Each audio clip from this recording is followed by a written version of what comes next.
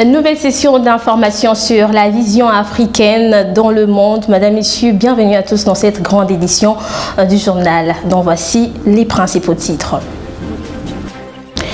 Dans l'actualité, Israël Bakoulou est le nouveau chef de la police ville de Kinshasa. Il remplace à ses postes le général Blaise Kilimbalimba, muté dans le Haut-Katanga. Vous suivrez le détail dans ce journal. Au sommaire également, la température maximale à Kinshasa varie entre 32 et 36 degrés. Le Quinois souffre de forte chaleur. Alors, quelles dispositions prendre pendant cette période? Vous suivrez les réponses du docteur interrogé par nos reporters dans cette grande édition du journal. Encore une fois, bienvenue à tous dans cette grande édition du journal. De retour d'une mission officielle en République du Malawi axée sur le renforcement de la coopération militaire, le vice-premier ministre de la Défense, Guy Kabombo, a été entendu le mercredi 2 avril par la commission mixte défense et relations extérieures du Sénat. C'est le récit de Chancela Kambanzi.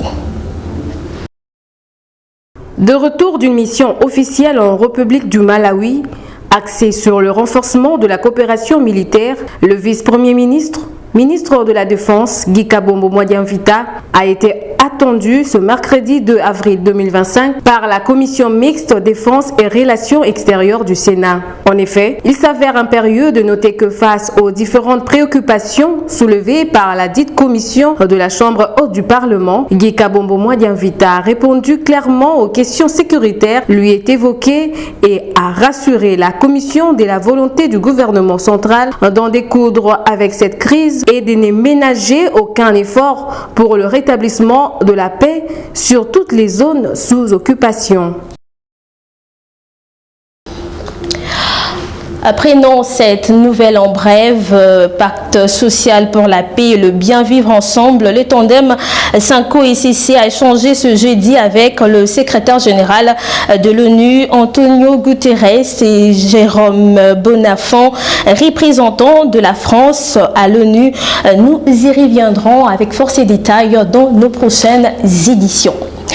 Chassé comme malpropre par Raymond Chibanda, puis vomi par ses camarades, Maître Jeannot Lompépé a été reçu par le conseiller spécial en matière de sécurité du chef de l'État Félix-Antoine Tshisekedi comme chef de la délégation de jeunes du Front commun pour le Congo, une rencontre qui s'inscrit dans le cadre de consultations censées aboutir à la formation d'un gouvernement d'union nationale. On l'écoute.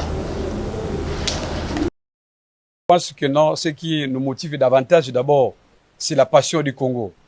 Ce qui compte, c'est beaucoup plus, c'est notre pays. Comme vous le savez très bien, nous sommes une plateforme politique de son Excellence Joseph Kabila Kabange et que nous avons décidé, avec certains les amis, des cadres comme jeunes, de pouvoir répondre de manière positive à l'appel de son Excellence Monsieur le Président de la République. Comme vous le savez très bien, notre pays, nous sommes en pleine guerre. Et lorsqu'il y a une guerre dans un pays comme le nôtre, je pense que non, toute formation politique est censée de pouvoir répondre à cet appel-là. C'est la raison pour laquelle nous avons décidé, avec toute liberté, de répondre à l'appel du président de la République via son conseiller spécial, à qui nous venons d'échanger tout à l'heure là, et que pour nous c'était un honneur voir le président de la République qui a tendu la main à l'opposition. Et cette main tendue là, ce n'est pas une faiblesse. C'est parce que nous avons des problèmes. C'est parce que nous sommes en guerre. Et qu'il y a nous comme l'opposition, nous comme le Fonds commun pour le Congo, nous poussons également contribuer via nos propositions dans le gouvernement de l'Union nationale. Merci beaucoup, madame. Je pense que non, nous avons évoqué beaucoup de questions avec les conseils spéciaux. Ce qu'il est vrai, comme vous le savez très bien, pour nous, les Fonds communs pour le Congo, la priorité, c'est d'abord comment récupérer nos territoires. C'est très important. Ce n'est pas normal que non, 64 ans après, notre pays puisse être saboté, menacé jusqu'à ces points-là. Voilà pourquoi nous avons insisté sur ce point que nous voulons un gouvernement capable de mettre fin à la guerre. C'est très important. Nous ne voulons pas un gouvernement où nous voyons les gens, certains ministres passent tout le temps de faire du populisme. On n'a pas besoin de ça. Ce que nous voulons, c'est quoi? Nous voulons un gouvernement capable de répondre d'abord, donner les Congolais la paix, donner aux Congolais l'unité nationale et enfin, comment résoudre les problèmes sociaux. C'est très important parce que nous sommes un pays. Nous avons besoin de l'unité nationale. Nous avons besoin de tout le monde. C'est la raison pour laquelle nous avons décidé de dire oui à l'appel du président de la République. Merci. Puis dans le reste de l'actualité, dans le cadre d'une série de mutations au sein de la police nationale congolaise, j'ai annoncé en titre, le général Israël Kankou Bakoulou a été nommé commissaire provincial de la police pour la ville de Kinshasa. Ces changements stratégiques visent à répondre aux défis sécuritaires majeurs de la capitale tout en renforçant l'efficacité de forces de l'ordre. Sachez que son prédécesseur Blaise Kilimbalimba a été muté dans la province du Haut-Katanga. Plus de détails dans cet élément. La sécurité dans la ville-province de Kinshasa est un enjeu crucial pour la République démocratique du Congo qui connaît un nouvel élan avec la nomination du général Israël Kankou Bakoulou comme commissaire provincial de la police nationale congolaise. Cette décision prise par ordonnance présidentielle intervient dans un contexte où les défis sécuritaires, sociaux et politiques exigent des solutions concrètes. Kinshasa, ville dynamique et stratégiquement importante, est confrontée à des problèmes de criminalité urbaine, notamment les banditismes orchestrés par des gangs tels que les Kuluna. La gestion efficace de la sécurité dans cette ampleur demande non seulement des capacités opérationnelles renforcées, mais également une approche innovante pour restaurer la confiance entre les forces de l'ordre et la population. La nomination du général Israël Kankou Bakoulou marque un effort pour répondre à ces exigences. Avec son expertise et sa vision stratégique, il est attendu qu'il mène des réformes visant à moderniser la PNC et redynamiser son rôle dans la lutte contre la délinquance. M. Redingolo Atoun, enseignant des universités, a réagi en souhaitant la bienvenue au nouveau commissaire provincial de Kinshasa, tout en rappelant les défis sécuritaires dans la capitale de la République démocratique du Congo. Merci M. Georges pour votre question. Vous voyez que cette nomination nous touche. Pour moi, il est le bienvenu, comme on dit, il est bienvenu, parce que la ville de Kinshasa est marquée par l'insécurité accrue. Il y a beaucoup d'effets de criminalité juvénile, de criminalité armée, de criminalité en armes blanches ici à Kinshasa. Qui n'est pas connu dans l'espace public, on ne le connaît pas. Mais on suppose que le chef d'État a le nom, il a la confiance en lui et il pourra mettre fin à ces phénomènes d'insécurité qui gangrènent notre ville. Les attaques sont énormes. Soulignons que ces changements à la tête de la police provinciale reflètent la volonté de la PNC d'adopter ses structures et ses stratégies pour répondre aux besoins de la population tout en projetant une image de professionnalisme et d'efficacité. La tâche qui attend le général Israël Kankou Bakoulou est immense, mais sa nomination est perçue comme une étape importante dans la quête d'une capitale plus sûre et plus sereine. On parle des élections de gouverneurs, vice-gouverneurs et sénateurs dans les provinces de Kwilu et du Nord-Ubangi. La Commission électorale nationale indépendante a rendu public le mercredi 2 avril 2025 les résultats provisoires. Philippe Akamituna a été élu gouverneur de la province de Kwilu. Plus de détails avec Christian Chibaka. La Commission électorale nationale indépendante a rendu public ce mercredi 2 avril 2025 le résultat provisoire des élections de sénateurs, gouverneurs, vice-gouverneurs de provinces du Kwilu et du Nord-Ubangi. Aussitôt les opérations de vote terminées dans ces provinces, selon un communiqué de la centrale électorale, le bureau de vote se sont immédiatement transformés en bureau de dépouillement et ont procédé au comptage de bulletins de vote en présence des témoins, des observateurs, des journalistes et des 5 derniers électeurs choisis parmi les députés provinciaux. À l'issue de ces dépouillements, les résultats ont été affichés devant le bureau des assemblées provinciales faisant office de bureau de vote. Parmi les élus, Philippe Akamituna a été élu gouverneur de la province du Kwilu lors d'un scrutin organisé dans la ville de Bandundu. Ce tandem mêlant sensibilités différentes mais unis par un programme commun pourrait incarner une nouvelle dynamique pour les Kwilu, province riche en ressources mais longtemps confrontée à des défis socio-économiques majeurs. Philippe Akamituna prendra ses fonctions dans les prochains jours avec la lourde tâche de transformer ses promesses en réalisations tangibles pour les habitants du Kwilu. Pour la première fois dans la province du Tanganyika, durant 2 jours, les ministres provinciaux ont eu des séances de restitution auprès de forces vives de la province. Le bilan de leur réalisation durant près de 6 mois, des fonctions ont été présentées. Je vous propose donc de suivre le gouverneur du Tanganyika, Christian Chitungwa, dans un extrait choisi pour vous par David Mbashi. De manière périodique.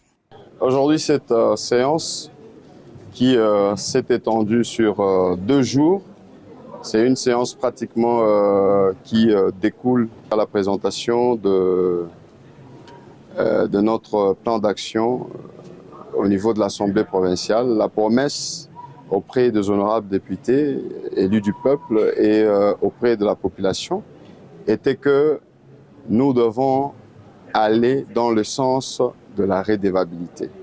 N'est-ce pas ça l'obligation parmi tant d'autres dans le cadre de la démocratie?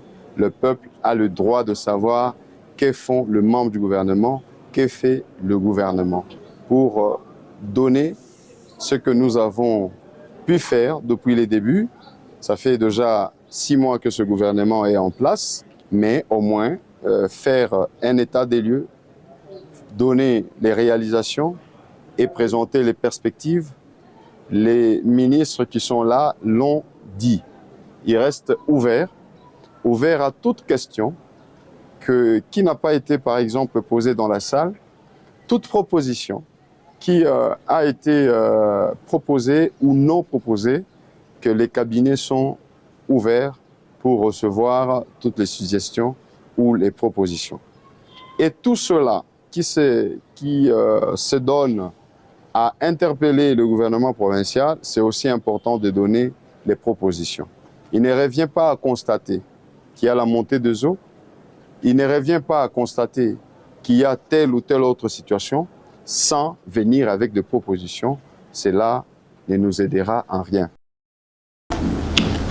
Dans un autre chapitre en Turquie, le ministre d'État en charge de l'agriculture et de la sécurité alimentaire, Muçel Motomb, a visité les installations de Lucas Holland, une société turque spécialisée dans la production d'équipements agricoles et industriels. Regardez. En Turquie, le ministre d'État, ministre de l'Agriculture et Sécurité alimentaire, ingénieur Motomb Muçel, a visité les installations de Lucas Land, une firme turque spécialisée dans la fabrication des matériels agricoles, des silos de stockage, en montage des usines, ainsi que d'autres équipements de transformation des produits agricoles. Cette firme turque, qui est déterminée à collaborer avec le gouvernement congolais, œuvre dans au moins 19 pays du monde. Depuis le lancement de la campagne agricole 2024-2025, saison A et saison B, la méthode Muçel est en marche avec son côté plus pragmatique pour le développement agricole de la République démocratique du Congo. Vous le savez, depuis quelques semaines, la ville-province de Kinshasa fait face à de fortes chaleurs allant jusqu'à 36 degrés de température. Cette situation préoccupe au plus haut point les Kinois et Kinoises. Alors, quelles sont donc les mesures à prendre pendant cette période? Les docteurs Didier Motemankele répondent aux questions de Sarah Massela. C'est que la chaleur du soleil peut entraîner des coups de chaleur et des déshydratations. Donc quand il fait très chaud, vous pouvez être déshydraté, vous pouvez subir ce qu'on appelle l'hyperthermie, vous aurez l'impression que vous avez la fièvre, pourtant ce n'est pas de la fièvre, c'est une augmentation juste de la température du corps. Vous pouvez subir aussi des coups de chaleur sur votre peau. Alors, cette même chaleur peut, n'est-ce pas, aggraver les maladies cardiovasculaires par une sollicitation excessive du cœur. Lorsqu'il fait très chaud et que le corps a besoin de plus d'oxygène, le corps a besoin de plus d'oxygène, le cœur va pomper de plus en plus de sang et cela fera en sorte que votre cœur sera très sollicité et ça peut entraîner des maladies cardiovasculaires. Vous pouvez, à cause de cette chaleur, n'est-ce pas, subir aussi des brûlures au niveau de votre peau ou même un vieillissement précoce au niveau de votre peau, n'est-ce pas? Alors, cela aussi peut aggraver l'asthme par le fait qu'il fait très chaud et cette chaleur est mélangée à des substances qui sont polluées dans l'atmosphère et cela peut aggraver les cas de ceux qui sont asthmatiques. Alors, une dernière chose très importante, c'est qu'il faudrait absolument surveiller les personnes, n'est-ce pas, qui souffrent des maladies graves, notamment les maladies chroniques, les maladies liées au cœur et au rein, parce que cette déshydratation, comme je vous ai expliqué, a des conséquences sur la santé. Lorsque vous avez des personnes avec des maladies graves et qu'il fait très chaud, veuillez les surveiller afin que s'il y a ça ne va pas, que vous puissiez les amener rapidement au centre les plus proches. Restons toujours à Kinshasa pour parler du ministère des Transports et Voies de Communication qui a inscrit les 3 problématiques perturbant la circulation routière dans la ville de Kinshasa parmi les sujets débattus lors du conseil de cabinet du dit ministère, nous renseigne le directeur de cabinet du ministre Jean-Pierre Bemba Gombo. On l'écoute. 3 points dont nos amis internautes, après avoir publié les 100 jours, voilà, non, c'est ça. Donc je crois que à la réunion qu'on va faire avec la division, nous allons parler de ces points. Bon, pour la grille tarifaire, je crois qu'on avait déjà mis la division à contribution à chaque district. D'ailleurs, on avait arrêté beaucoup de gens, donc je crois qu'il faut renforcer là-dessus. Pour les embouteillages, on a écrit à la ville par rapport aux agents. On avait écrit au gouverneur pour écrire au ministère de l'Intérieur parce qu'il faut rajouter 1500 agents, parce qu'il y a déficit des agents au niveau des carrefours et autres. Prix exorbitant. Nous avons écrit à la ville pour l'organisation de l'arrêté sur la grille tarifaire des motos et nous attendons que la ville nous réponde pour qu'on puisse se réunir avec les associations des motos, les syndicats et la division pour fixer ce prix-là. D'un autre côté, nous espérons que la semaine prochaine, les prix de moto seront à la place publique et nous allons publier ça signé par le ministère des Transports et le gouverneur de la ville. Je crois que c'est pour le point inscrit. 2 nouvelles venant de la province de l'Atchopo sont bonnes. Construite en 1957, l'école moderne de la police nationale congolaise de Kapalata à Kisangani a été réhabilitée grâce aux efforts du gouvernement central. Retour en image.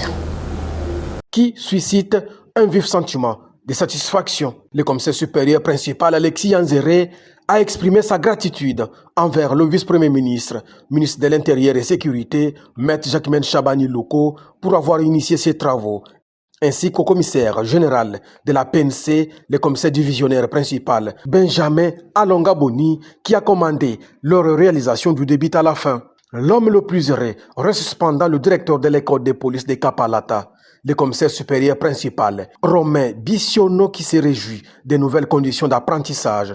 Il assure que la formation sera désormais de meilleure qualité grâce aux infrastructures modernisées.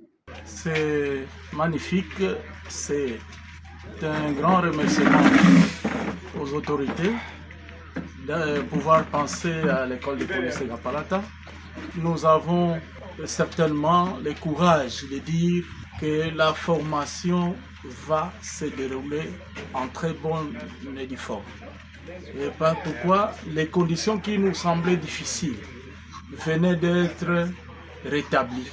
La réhabilitation de cette école nous permet de faire mieux. Les élèves seront à l'abri et seront dans de très bonnes conditions de formation. De son côté, le directeur adjoint du génie de la PNC, le commissaire supérieur principal, Kabouya Kayembe Kelly, qui a supervisé l'exécution des travaux, confirme que la réhabilitation a été totale et couvre tous les aspects nécessaires à la formation des futurs policiers. L'état de Kapalata a été vraiment très avancé, le délabrement a été très avancé. Nous avons tout fait, c'est-à-dire la réhabilitation totale en maçonnerie et la remise d'adduction d'eau de ces sites de 16 hectares. Et nous avons un équipement fabriqué plus de 2000 lits. Tout est désormais prêt. L'école de police de Kapalata, entièrement réhabilitée par le génie de la PNC, n'entend plus que la copie du ruban symbolique pour accueillir. Et pour terminer, plus de 4 km de bitume seront posés par l'administration militaire en Ituri sous la supervision du gouverneur militaire, le lieutenant-général Johnny Luboya. Une annonce qui n'a pas laissé la population indifférente. Plus de détails avec cet élément de la presse militaire. C'est souple. C'est-à-dire qu'avec toutes les couches bien sûr, d'en bas, couche de fondation, couche de base, et puis on va mettre les enrobés. Bon, c'est coupé en tronçons, mais le premier tronçon va prendre 3 km, donc du marché Yambi jusqu'au stade. Et puis le deuxième tronçon, ça va prendre de rond-point Ouagadougou jusqu'à Délé, 1 km. Bon, on aura encore le dernier tronçon de mairie jusqu'au quartier Kindia ici, ça va prendre 1 km. Au total, par rapport à Kindia, dans les quartiers Kindia, on aura au moins 4 km à faire. L'exécution, c'est 12 mois. À dater de la signature du contrat.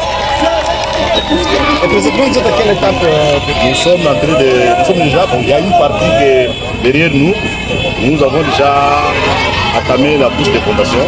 Là où nous sommes, c'est maintenant la plateforme que nous sommes arrangés et on continue avec la bouche de fondation. C'est surtout de sécuriser les engins. C'est leurs engins, c'est pas les nôtres, c'est pas les engins de notre bas. Madame, Messieurs, c'est en Ituri que nous bouclons ce journal. Mais avant tout, je vous rappelle le principal titre. Israël Bakoulou est le nouveau chef de la police ville de Kinshasa. Il remplace à 6 postes le général Blaise Kilimbalimba, muté dans la province du Haut-Katanga. Vous avez suivi dans ce journal la température maximale à Kinshasa varie entre 32 et 36 degrés Celsius. Les Kinois souffrent de forte chaleur. Alors, les dispositions à prendre ont été données par un médecin interrogé par votre rédaction. Madame, Messieurs, ce journal est complètement terminé. Merci à vous tous de l'avoir suivi et n'oubliez pas de dire merci à Maurice Molila, Kinka Boya, Bob Ngongo, le tout sous la supervision de David Mbashi. Restez en compagnie de programmes de Michapi, Voice Télévision, la vision africaine dans le monde.